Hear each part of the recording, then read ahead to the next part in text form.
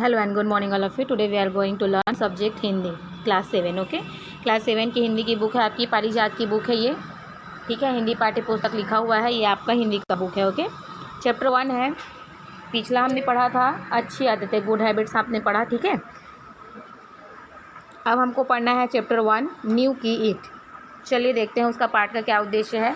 समाज तथा देश कल्याण, साहस, कष्ट, सहिष्णुता, बलिदान की भावना। ठीक है, ये जो है पाठ का उद्देश्य है कि हमको समाज और देश का कल्याण के लिए अब कुछ काम करना चाहिए, है ना। बलिदान की भावना होनी चाहिए, साहस रहना चाहिए हमारे में, और कष्ट सहने का जो है क्षमता होना चाहिए। तो ये सब जो है क्या है, इस पाठ का उद्देश्य से है। चलिए पाठ में प्रवेश करते हैं हम।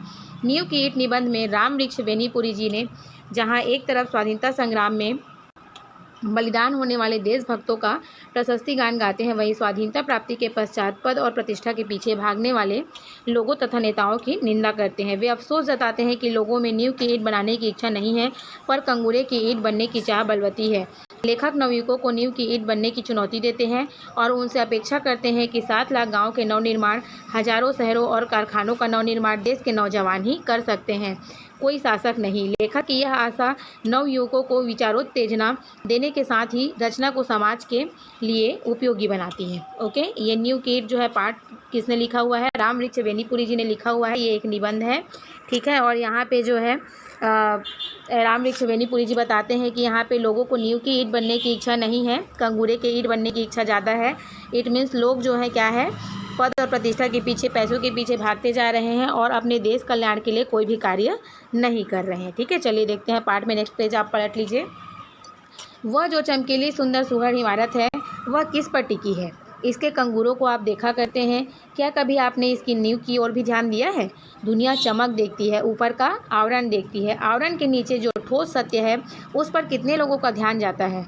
ठोस सत्य सदा शिवम होता ही है, किंतु वह हमेशा ही सुंदरम भी हो, यह आवश्यक नहीं है। ठीक है, यहाँ पे देखो आपको पिक्चर एक दिया गया है ना, यहाँ पे एक पिक दी गई है, उसमें क्या दिया गया है, एक जो है इमारत दी गई है, बिल्डिंग दी गई है ना, एक बिल्ड है हमारे पास में, जिसको हम क्या कर रहे हैं, देखते हैं तो हमको क्या लग रहा है, ये बहुत चमकीला, सुंदर और सुघड़ दिख रहा है, मीन सुंदर दिख रहा है ना ये इमारत जो है। लेकिन ये जो इमारत है वो किस पर टिकी हुई है, ये कोई नहीं जानता है ना, इसको कोई जानना नहीं चाहता, कोई देखना नहीं चाहता है, हम सिर्फ ऊपर ऊपर को देखते हैं। तो यहाँ पे राम वृक्ष बेनीपुरी जी है जो यही बोल रहे हैं कि लोग जो है चकाचौंध की दुनिया में ऊपर ऊपर की सुंदरता को देखते हैं, है ना, बाहरी सुंदरता देखते हैं, उसका बाहरी आवरण देखते हैं, लेकिन उनको क्या है, जो उसके अंदर में जो है कि वो किस चीज़ की वजह से सुंदर है, ये चीज़ को देखना जो है लोग पसंद नहीं करते हैं, या लोग उसे देख नहीं पाते हैं और उनका ध्यान जो है इन सारी चीज़ों पर नहीं जाता है। लेकिन क्या है, ठोस जो है सदा सत्य होता है, शिवम भी होता है और वह हमेशा, किंतु लेकिन वह क्या है, सुंदरम हो, यह आवश्यक नहीं है। ठीक है, ठोस हमेशा क्या, ठोस जो है सत्य जो है क्या होता है, हमेशा सत्य होता है, शिवम होता है, किंतु वो सुंदर हो ऐसा वो आवश्यक नहीं है। ठीक है, सत्य कठोर होता है, कठोरता और भद्दापन साथ साथ जन्मा करते हैं, जिया करते हैं। हम कठोरता से भागते हैं, भद्देपन से मुख मोड़ते हैं, इसलिए सत्य से भी भागते हैं, नहीं तो हम इमारत के गीत, नींव के गीत से प्रारंभ करते हैं। सत्य जो है क्या होता है, कठोर होता है। जब हम किसी चीज़ को, किसी को सच्चाई बताते हैं तो हमारी आवाज़ जो है क्या हो जाती है, थोड़ी कड़ी हो जाती है ना, और लोगों को वो चीज़ जो है अच्छी नहीं लगती है, वो चीज़ जो है पसंद नहीं आता है। हमारे आवाज़ में भी भद्दापन होता है, हमारे व्यवहार में भी वो भद्दापन दिखता है। तो ये क्या है, सत्य जो है क्या होता है, कठोर होता है, और कठोरता और जो भद्दापन है वो क्या होते हैं, साथ साथ जन्म लेते हैं और एक ही साथ जो है जीवन जीते हैं। ठीक है, जीवन यापन करते हैं। हम कठोरता से भागते हैं, भद्देपन से मुख मोड़ते हैं। हमारा क्या है आदत, हम जो है, जो कोई भी सत्य बोलता है तो हम उसको पसंद नहीं करते हैं और उस चीज़ से हम मुंह मोड़ लेते हैं, उस चीज़ से दूर भागते हैं कि अब हमको इससे बात ही नहीं करना है, क्योंकि ये ऐसा ऐसा हमको बोल दिया है करके, है ना। तो जो राम वृक्ष बेनीपुरी जी हैं वो इसी चीज़ को बता रहे हैं। नेक्स्ट पैराग्राफ देखते हैं।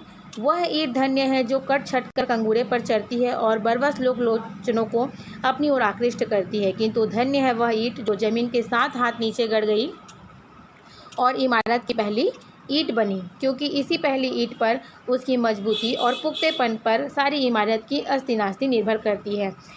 राम वृक्ष बेनीपुरी जी हैं वो कहते हैं इस सुंदर बिल्डिंग को देख के कि धन्य है वह ईंट जो है उसके नीचे दब गई है ना, जो कट छट कर कंगूरे पर चढ़ती है और कई लोक लोचनों को अपनी ओर आकृष्ट करती है। लेकिन जो ईंट है इमारत है वो अपनी ओर आकृष्ट करती है, लेकिन वो जो अंदर नींव की ईंट है वो क्या आकृष्ट करती है लोगों को? वो तो दिखती ही नहीं है, तो वो आकृष्ट करेगी कैसे, है ना? जो चीज़ दिखती नहीं है उसकी सुंदरता हम कैसे जानेंगे? जो चीज़ दिखती है बस हम उसकी सुंदरता जान सकते हैं कि वो कैसी है, क्या है, लेकिन जो चीज़ नहीं दिखती है उसको हम नहीं जान पाते हैं।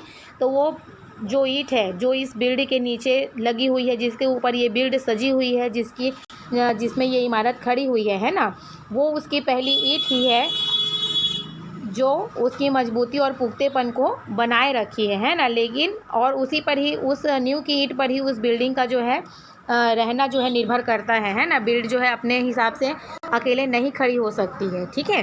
तो जो है राम वृक्ष बेनीपुरी जो है इसी को बता रहे हैं कि लोग जो है आजकल बाहरी सुंदरता को देखते हैं और अंदर की चीज़ों को नहीं देख पाते हैं ना। जो चीज़ हमको दिखती है सिर्फ हम उसी चीज़ को देखते हैं, जो चीज़ नहीं दिखती है उसके बारे में हम सोचना भी पसंद नहीं करते हैं और जानना भी पसंद नहीं करते हैं और ना ही जानने की इच्छा रखते हैं, ठीक है। अभी के लिए बस इतना ही, हम बाकी जो है चैप्टर नेक्स्ट वीडियो में इसको कंप्लीट करेंगे, ठीक है। और आप इसको वीडियो को अच्छे से देखिएगा, अपने घर पे रीड करिएगा, बुक आपको रीड करनी आनी चाहिए और इसको आप एक बार पढ़ेंगे और एक बार मेरे को एक इसका वीडियो बना के भेजेंगे, ओके। अभी के लिए थैंक यू।